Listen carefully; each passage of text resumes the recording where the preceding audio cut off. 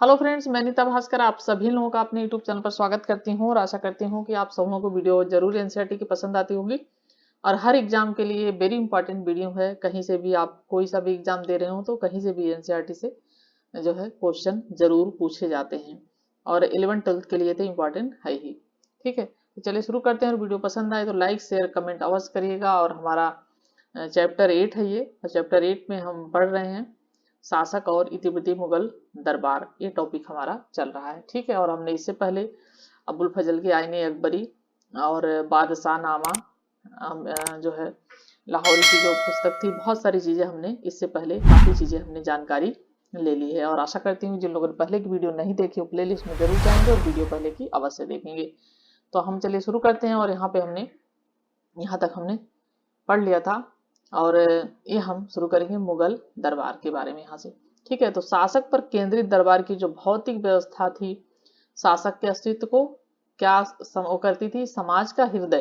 ठीक है, क्या थी, समाज के हृदय के रूप में क्या किया, प्रदर्शित किया। जो दरबार, जो शासक का दरबार होता था जिसमें राजा बादशाह बैठता था, ठीक है, दरबार में।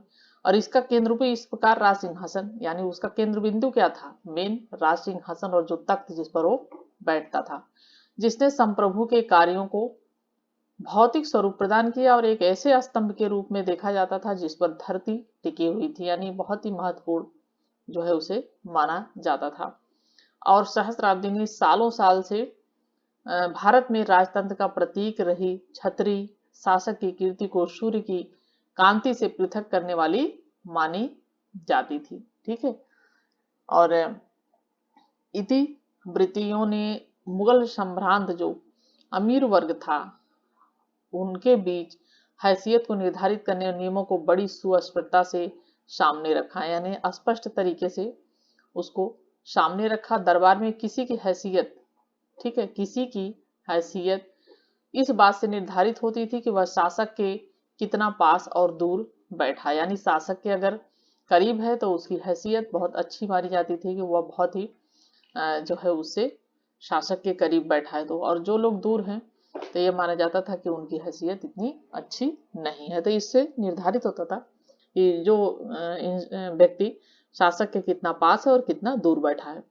ठीक है, किसी भी दरबारी को शासक द्वारा दिया गया स्थान बादशाह की नजर में उसकी महत्ता का प्रतीक था। जो दरबार में जो लोग बैठते थे, जिनको तमाम पद दिए गए थे दरबार में, तो वो जहाँ जो उनकी सीट होती थी जिस पर वो बैठते थे जिस स्थान पे, तो वह स्थान क्या था कि बादशाह की नजर में उसका महत्व कितना है, उसी स्थान उसी आधार पर उसका स्थान जो है निर्धारित किया जाता था। ठीक है, और बादशाह जो की नजर में उसकी महत्व का वो क्या था, प्रतीक। ठीक है, एक बार जब बादशाह सिंहासन पर बैठ जाता था तो किसी को भी अपनी जगह से कहीं और जाने की क्या थी, अनुमति नहीं होती थी। और न ही कोई अनुमति के बिना, ठीक है, यानी आज्ञा के बिना कोई बाहर नहीं जा सकता था। ठीक है, और ये देखते हैं थोड़ा सा, कोर्निश औपचारिक अभिवादन का एक ऐसा तरीका था। क्या है ये वर्ड, कोर्निश, औपचारिक अभिवादन का एक, जिसमें दरबारी दाएं हाथ की तलहटी को ललाट पर रखकर, ठीक है, अपने माथे पर रखकर आगे की ओर सिर झुकाते थे। आपने देखा भी होगा बहुत बार और फिल्में देखी होगी ऐसी, जिसमें इस तरीके से सर को झुका के थोड़ा सा और माथे पे हाथ लगाते हैं, जो है दायां हाथ। और यह इस बात का प्रतीक थी कि कोर्निश करने वाला व्यक्ति इंद्रिय और मन के स्थल को हाथ लगाते हुए झुककर विनम्रता के साथ शाही दरबार में अपने को प्रस्तुत कर रहा है। ठीक है, अब थोड़ा सा हम ये पढ़ेंगे, दरबारे अकबरी। ठीक है, दरबारे अकबरी अबुल फजल अकबर के दरबार का बड़ा सजीव चित्रण और विवरण देते हुए कहता है, हमने पढ़ी थी पिछले वीडियो में अकबरनामा आईने अकबरी, जो इनकी बुकें थी, इसके बारे में हमने काफी विस्तार पूर्वक पढ़ा था। तो ये कहता है कि जब भी महामहिम यानी अकबर दरबार लगाते हैं तो एक विशाल ढोल पीटा जाता है, साथ साथ अल्लाह का गुणगान होता है और इस तरह सभी वर्गों के लोगों को सूचना मिल जाती है। महामहिम के पुत्र पौत्र दरबारी और वे सभी जिन्हें दरबार में प्रवेश की अनुमति थी हाजिर होते हैं और कोर्निश कर अपने, यानी कोर्निश के बारे में अभी हमने पढ़ा, जो दाएं हाथ से अपना सर झुका के अभिवादन करते थे, स्थान पर खड़े रहते हैं। ख्याति प्राप्त विद्वान जन, जो विद्वान लोग हैं, जो विशिष्ट कौशल में निपुण हैं, ठीक है, उन व्यक्ति आदर व्यक्त करते तथा न्याय अधिकारी अपनी रिपोर्ट प्रस्तुत करते हैं। महामहिम अपनी सामान्य अंतर्दृष्टि के आधार पर आदेश देते हैं और सभी मामलों को संतोषजनक ढंग से क्या करते हैं, उसका निपटारा करते हैं। और इस पूरे समय के दौरान विभिन्न देशों से आए तलवारियों व पहलवान को, जो और देशों से लोग आए होते हैं, पहलवान आदि, उनको अपने को तैयार रखते हैं और महिला तथा पुरुष गायक अपनी अपनी बारी की प्रतीक्षा में रहते हैं। चतुर बाजीगर और मजाकिया कलाबाज भी अपने कौशल और दक्षता का प्रदर्शन करने को उत्सुक, यानी सभी लोग दरबार में जाते हैं और अपनी अपनी बारी का इंतजार करते हैं, चाहे वो गायक हो, चाहे वो कलाबाज हो, मजाकिया, चाहे वो बाजीगर हो, कोई भी हो, तो सब अपना वेट करते रहते हैं, अपना इंतजार करते हैं कि हमारी बारी आए और हम अपने कौशल का यहाँ पे प्रदर्शन करने को इच्छुक रहते हैं और प्रदर्शन करें। ठीक है, तो हमने वही पढ़ा था, तो आगे चलते हैं। दरबारी समाज में सामाजिक नियंत्रण का व्यवहार दरबार में मान्य, संबोधन, शिष्टाचार और बोलने के ध्यान पूर्वक निर्धारित किए गए नियमों द्वारा होता था। ठीक है, संबोधन करना, नियंत्रण में रहना, सामाजिक नियंत्रण में रहना। दरबारी समाज में क्या होता था, एक नियंत्रण में रहना होता था। दरबार में जो संबोधन होता था, शिष्टाचार, बोलने का तरीका ध्यान पूर्वक निर्धारित नियमों द्वारा होता था और शिष्टाचार का जरा सा भी उल्लंघन होने पर ध्यान दिया जाता था और उस व्यक्ति को तुरंत ही क्या किया जाता था, दंडित कर दिया, उसे दंड दिया जाता था। ठीक है, उसे दंड दिया जाता। शासक को अभिवादन के तरीके से पदानुक्रम में उस व्यक्ति की हैसियत का पता चलता था। ठीक है, अभिवादन के तरीके से जो अभिवादन करता था, तो उसके तरीके से उसके पद का, कि किस पद पर वह व्यक्ति है और उसकी हैसियत क्या है, उसका पता चलता था शासक को। ठीक है, राजा को। जैसे कि जिस व्यक्ति के सामने ज्यादा झुककर अभिवादन किया जाता था, जैसे जिस व्यक्ति के सामने ज्यादा झुककर अभिवादन किया जाता, तो उस व्यक्ति की हैसियत ज्यादा ऊंची मानी जाती थी। आत्मा निवेदन का उच्चतम रूप सिजदा या दंडवत लेटना था। ठीक है, हम आगे पढ़ेंगे। बलबन ने यह प्रथा चलाई थी, सिजदा और पैबोश। ठीक है, और शाहजहां के शासनकाल में इन तरीकों के स्थान पर चार तस्लीम और जमी बोशी यानी जमीन चूमना के तरीके अपनाए गए थे शाहजहां के शासन काल में। मुगल दरबार में राजनयिक दूतों संबंधी नयाचारों से भी ऐसी ही सुस्पष्टता थी। मुगल बादशाह के समक्ष प्रस्तुत होने वाले राजदूत से अपेक्षा की जाती थी कि वह अभिवादन के मान्य रूपों में से एक या बहुत झुककर अथवा जमीन को चूमकर अथवा फारसी रिवाज के मुताबिक छाती के सामने हाथ बांधकर तरीके से अभिवादन करेगा। फारसी में कैसे था, फारसी रिवाज में छाती के सामने हाथ बांधकर तरीके से अभिवादन करना। ठीक है, जेम्स फर्स्ट के अंग्रेज दूत टॉमस रो, ठीक है, ने भारतीय, जो जेम्स फर्स्ट था उसका अंग्रेजी दूत था टॉमस रो, सर पूरा नाम है इसका सर थॉमस या टॉमस रो, ने यूरोपीय रिवाज के अनुसार जहांगीर के सामने, तो ये चीज ये नोट कर लीजिए कि टॉमस रो या थॉमस रो कब आया था। ठीक है, एक कब आया था, तो ये आया था जहांगीर के शासन काल में। किसके शासन काल में आया था, जहांगीर के। ठीक है, और इसने क्या किया था, इसने झुककर अभिवादन किया और इसके बाद बैठने की कुर्सी का आग्रह कर पुनः दरबार को अचंभित कर दिया था। बादशाह अपने दिन की शुरुआत सूर्योदय के समय कुछ व्यक्तिगत धार्मिक प्रार्थनाओं से करता था। ठीक है, और इसके बाद वह पूर्व की ओर मुंह करके एक छोटे छज्जे अर्थात झरोखे में आता था, झरोका दर्शन देता था, झरोका दर्शन कहते थे जिसे। इसके नीचे लोगों की भीड़, सैनिक, व्यापारी, शिल्पकार, किसान, बीमार बच्चों के साथ औरतें भी होती थीं भीड़ में और बादशाह की एक झलक पाने के लिए इंतजार करती थीं। अकबर द्वारा शुरू की गई झरोखा दर्शन की जो प्रथा थी, उसका उद्देश्य जन विश्वास के रूप में शाही सत्ता की स्वीकृति को और विस्तार देना था, यानी लोग उसका कितना उसको मान्यता दे रहे हैं और उसको कितना मान रहे हैं। इससे क्या होता था, उसकी स्वीकृति, उसको शासन को कितना स्वीकार कर रहे हैं, उसका उससे पता चलता था। तो थोड़ा सा हमें भी देखते चलते हैं। अभिवादन का चार तस्लीम तरीका। ठीक है, चार तस्लीम तरीका दाएं हाथ को जमीन पर रखने से शुरू होता है। और इसमें तलहथी ऊपर की ओर होती है और इसके बाद धीरे धीरे उठाते हुए व्यक्ति खड़ा होता है और तलहथी को के सिर नीचे ऊपर रखता है और ऐसी तस्लीम 4 बार की जाती। तस्लीम का शाब्दिक अर्थ आत्म निवेदन है। ठीक है, क्या है? आत्मनिवेदन। शब ए बारात हिजरी कैलेंडर के 8वें महीने, ठीक है, अर्थात 14वें सावन को पड़ने वाली पूर्ण चंद्र रात्रि है। क्या? सब ए बारात कैलेंडर के 8वें महीने अर्थात 14वें सावन को पड़ने वाली पूर्ण चंद्र रात्रि है। भारतीय उपमहाद्वीप में प्रार्थनाओं और आतिशबाजियों के खेल द्वारा इस दिन को मनाया जाता है। ऐसा माना जाता है कि इस रात मुसलमानों के लिए आगे आने वाले वर्ष का भाग्य निर्धारित होता है और पाप क्या करिए जाते हैं? माफ कर दिए जाते हैं। ठीक है, यह है सब ए बारात हिजरी कैलेंडर, हिजरी संवत जो आपने पढ़ा सुना होगा। ठीक है, चलिए, रत्न जड़ित सिंहासन बहुत महत्वपूर्ण है जिसके बारे में थोड़ा सा पढ़ते हैं। तो आगरा महल के सार्वजनिक सभा भवन में रखे शाहजहां के रत्न जड़ित सिंहासन तख्त मुरस्सा या तख्त हाउस भी कहा जाता था के बारे में बादशाह नामा में लिखा गया है।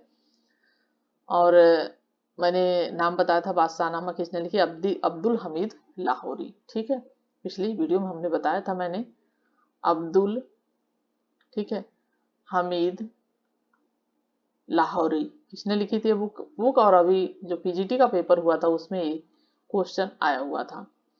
ठीक है, सिंहासन की भव्य संरचना में एक छतरी है जो 12 कोढ़ी स्तंभों पर टिकी हुई है। उसकी ऊंचाई सीढ़ियों से गुंबद तक 5 क्यूबिट यानी लगभग 10 फुट है। अपने राज्यारोहण के समय महामहिम ने आदेश दिया कि 86 लाख रुपए के रत्न बहुमूल्य पत्थर, 1 लाख तोला सोना जिसकी कीमत 14 लाख रुपए है से इसे सजाया गया था।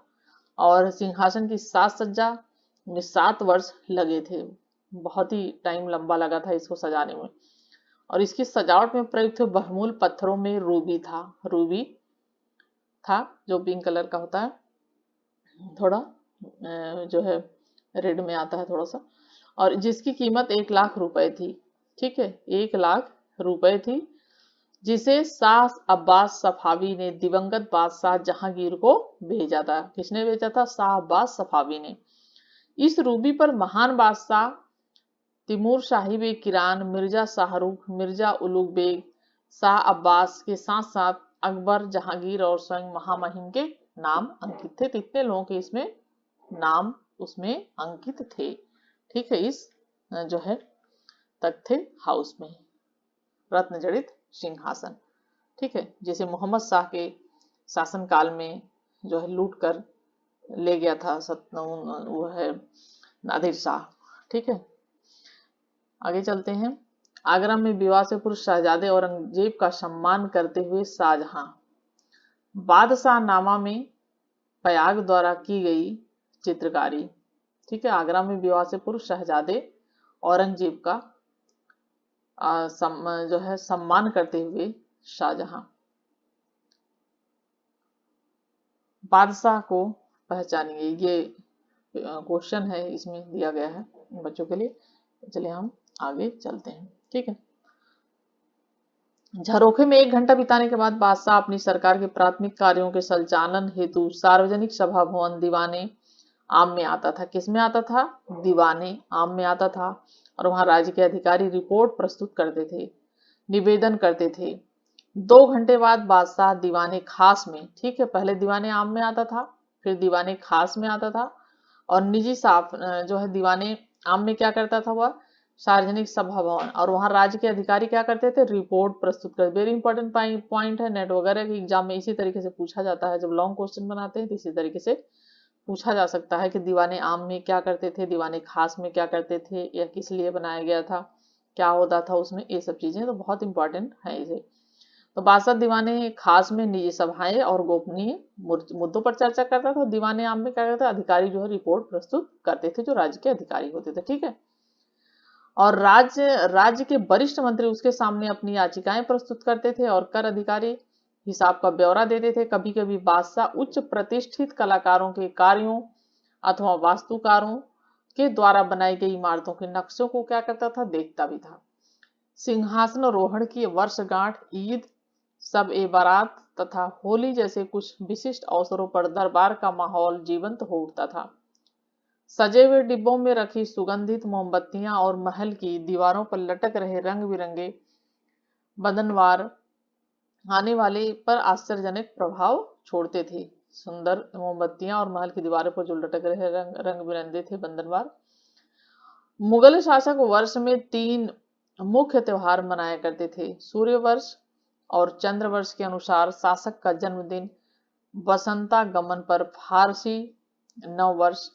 ठीक है, आगे चलने से पहले थोड़ा सा देख लें। जश्न वजन सुल्तान समारोह के शहजादे खुर्रम को बहुमूल्य वस्तुओं से तौला जाना। यहाँ पे आप देख रहे होंगे तराजू का उपयोग किया गया है, ये देख रहे होंगे आप। ठीक है, तो फारसी नव वर्ष और शाही परिवारों के विवाहों का आयोजन काफी खर्चीला होता था। ठीक है, 1633 में दारा शिकोह और नदिरा राजकुमार परवेज की पुत्री के विवाह की व्यवस्था राजकुमारी जहां आरा और दिवंगत महारानी मुमताज महल की प्रमुख नौकरानी सती उन निसा खानुम द्वारा की गई थी। ठीक है, शादी के उपहारों के प्रदर्शन की व्यवस्था दीवाने आम में की गई थी। किसमें की गई थी? दीवाने आम में। बादशाह तथा हरम की स्त्रियां दोपहर में इसे देखने के लिए आईं तथा शाम के समय अभिजात यहाँ आए। दुल्हन की मां ने इसी तरीके उसी विशाल कक्ष में उपहारों को सजाया था। ठीक है, ये दारा शिकोह का विवाह देख लेते हैं हम थोड़ा सा यहाँ पे। ठीक है, यह है और आगे चलते हैं हम। यहाँ पे चित्र में आप जो देख रहे हैं उसका वर्णन कीजिए और चलिए शुरू करते हैं। फिर यहाँ से जहां तक हमने पढ़ लिया था, तो दुल्हन की मां ने इसी तरह विशाल कक्ष में उपहारों को सजाया था और शाहजहां इसे देखने के लिए वहां गया। अब ये चित्र आप देखिए कितने सुंदर बने हुए हैं सारे। ठीक है, देखिए अगर ये किताबें लिखी गई थी, अगर उसमें चित्र न डाले गए होते तो फिर हम आज देख न पाते। तो कितनी महत्वपूर्ण है ये। तो शाहजहां ने इन्हें देखने के लिए वहां गया और हिनाबंदी यानी मेहंदी लगाना की रस्म होती थी, जो आज भी होती है, दीवाने खास में अदा की गई थी मेहंदी लगाने की रस्म। और दरबार में उपस्थित व्यक्तियों के बीच पान, इलायची तथा मेवे बांटे गए थे और विवाह पर कुल 32 लाख रुपए खर्च हुए थे। यानी आज के मुकाबले तो बहुत ज्यादा पैसा खर्च हुआ था, जिसमें 6 लाख रुपए शाही खजाने से, 16 लाख रुपए जहां आ रहा मुमताज महल द्वारा अरमिद रखे गए रुपयों को मिलाते हुए, यानी उसने रखे थे 16 लाख रुपए मुमताज महल ने, और शेष दुल्हन की मां द्वारा दिए गए थे। बादशाह नामा के लिए इन चित्रों में इस अवसर से जुड़ी कुछ गतिविधियों को दिखाया गया था, जो हमने अभी ये सब गतिविधियां देखी यहाँ पे। ठीक है, ये सब। चलिए आगे चलते हैं। ठीक है, नवरोज जन्मदिन पर शासक को विभिन्न वस्तुओं से तौला जाता था तथा बाद में ये वस्तुएं क्या की जाती थी? दान में बांट दी जाती थी। ठीक है, पदवियां, उपहार और भेंट।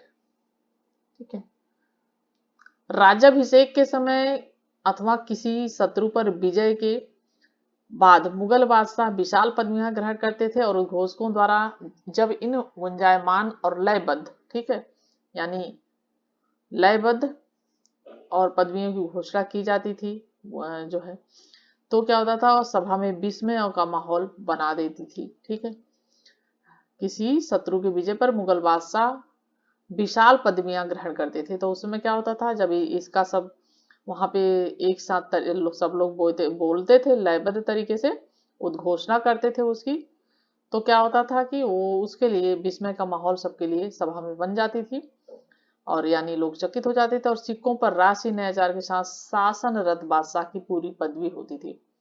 योग्य व्यक्तियों को पदवियां देना मुगल राजतंत्र का एक महत्वपूर्ण पक्ष था।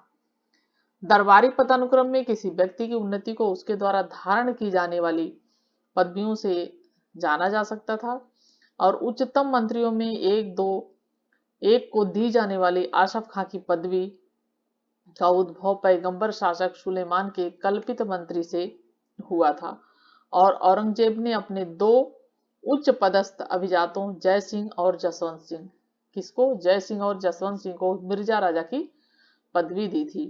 ठीक है, औरंगजेब ने, किसने दी थी? औरंगजेब ने दी थी। मिर्जा राजा जय सिंह। क्या कहते हैं हम लोग, इनका पूरा नाम क्या है, मिर्जा राजा, ठीक है, इसकी पदवी दी थी इसने, और जय सिंह तो उनका नाम था, ठीक है। और जसवंत सिंह को मिर्जा, इनकी इन दोनों को क्या किया था, जो है मिर्जा राजा जैसी की उपाधि थी। पदवियां या तो अर्जित की जा सकती थी या इन्हें पाने के लिए पैसे दिए जा सकते थे। मीर खान ने अपने नाम में अलिफ अर्थात अक्षर लगाकर उसे अमीर खान करने के लिए औरंगजेब को 1 लाख रुपए देने का प्रस्ताव दिया, यानी पैसे देकर भी पदवियां ली जा सकती थी। अन्य पुरस्कारों में सम्मान का जामा खिल्लत होता था जो भी शामिल था, जिसे इसके कभी न कभी बादशाह द्वारा पहना गया होता था, ठीक है। ये जामा होता था, ड्रेस होती थी एक, जिसे खिल्लत इसे कहते थे, और ये शामिल था और इसलिए समझा जाता कि बादशाह के आशीर्वाद का क्या है, ये प्रतीक था। यानी पहले बादशाह कभी न कभी एक अकबर पहना होता है तो फिर उसे दिया जाता था पुरस्कारों में। तो सरप्पा सर से पांव तक, और एक अन्य उपहार।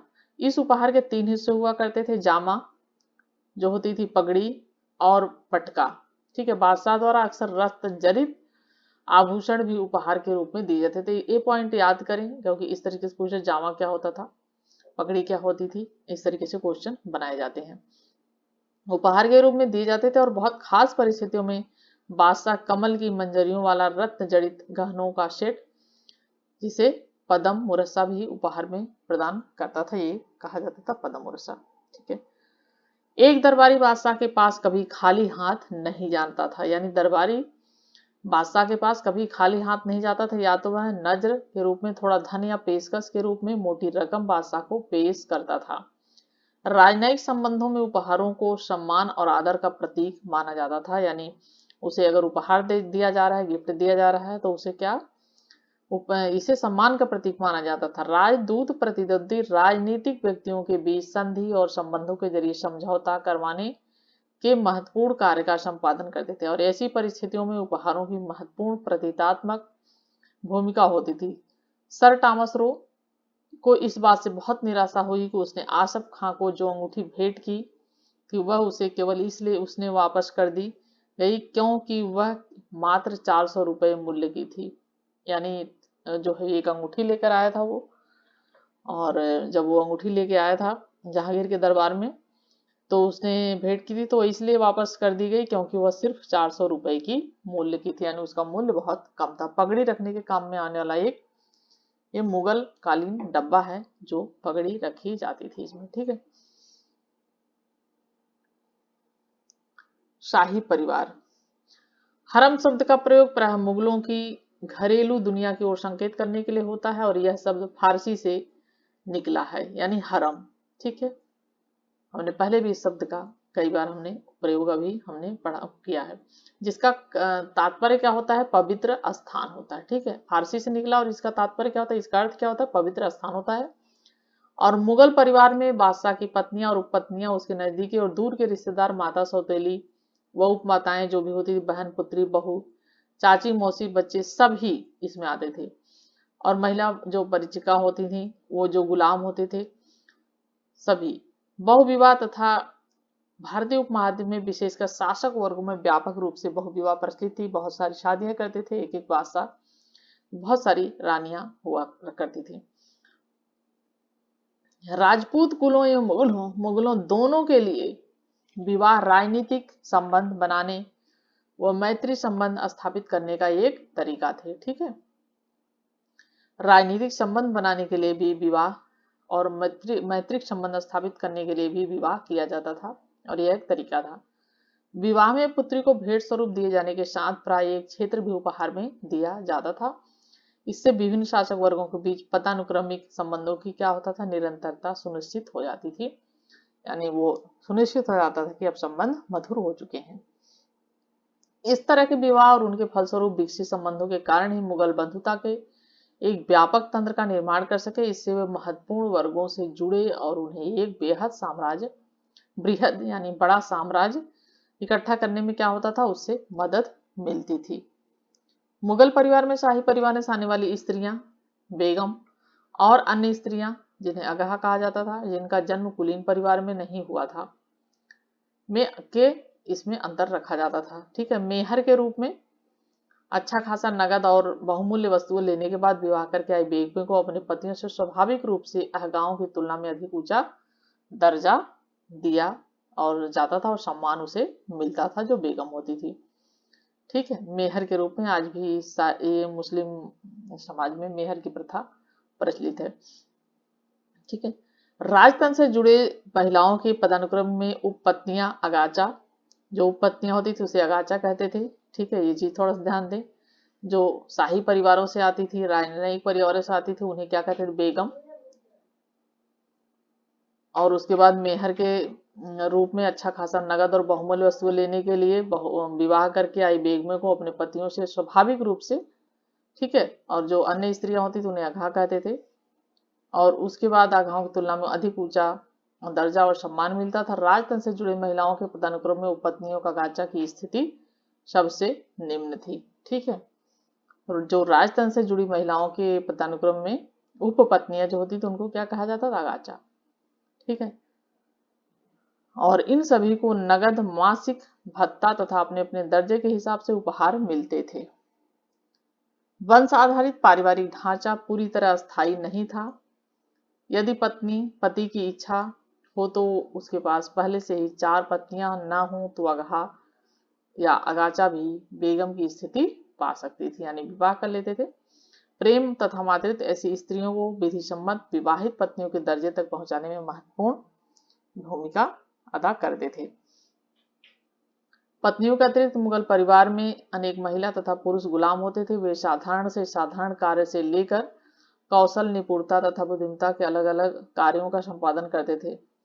मुगल हिजड़े फौजदार परिवार के अंदर और बाहर के जीवन में रक्षक, नौकर, व्यापार, दिलचस्पी लेने वाली महिलाओं के एजेंट होते थे। नूरजहां के बाद मुगल रानियों और राजकुमारियों ने महत्वपूर्ण वित्तीय स्रोतों पर नियंत्रण रखना शुरू कर दिया था। नूरजहां के बाद जो जहांगीर की पत्नी थी नूरजहां, ठीक है, शाहजहां की पुत्रियां थी, जहां आरा भी थी, औरंगजेब की बहन और शाहजहां की पुत्री, और रोशन आरा शाहजहां की पुत्री औरंगजेब की बहन को ऊंचे शाही मनसबदारों के समान वार्षिक आय होती थी। और इसके अतिरिक्त जहां आरा को सूरत के बंदरगाह, ठीक है, नगर जो वहां पे है सूरत महाराष्ट्र में, विदेशी व्यापार का एक लाभप्रद केंद्र था जो राजस्व प्राप्त होता था। और संसाधनों पर नियंत्रण ने मुगल परिवार की महत्वपूर्ण स्त्रियों को इमारतों व बागों के निर्माण का अधिकार भी दिया था। जहांआरा ने शाहजहां की नई राजधानी शाहजहानाबाद दिल्ली में है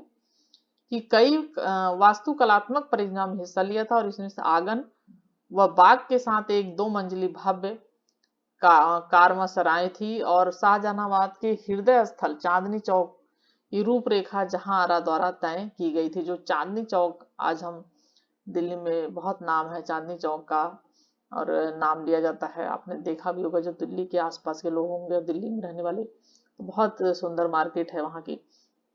तो चांदनी चौक की रूपरेखा किसके द्वारा तैयार की गई थी, जहांआरा द्वारा, जो शाहजहां की पुत्री थी।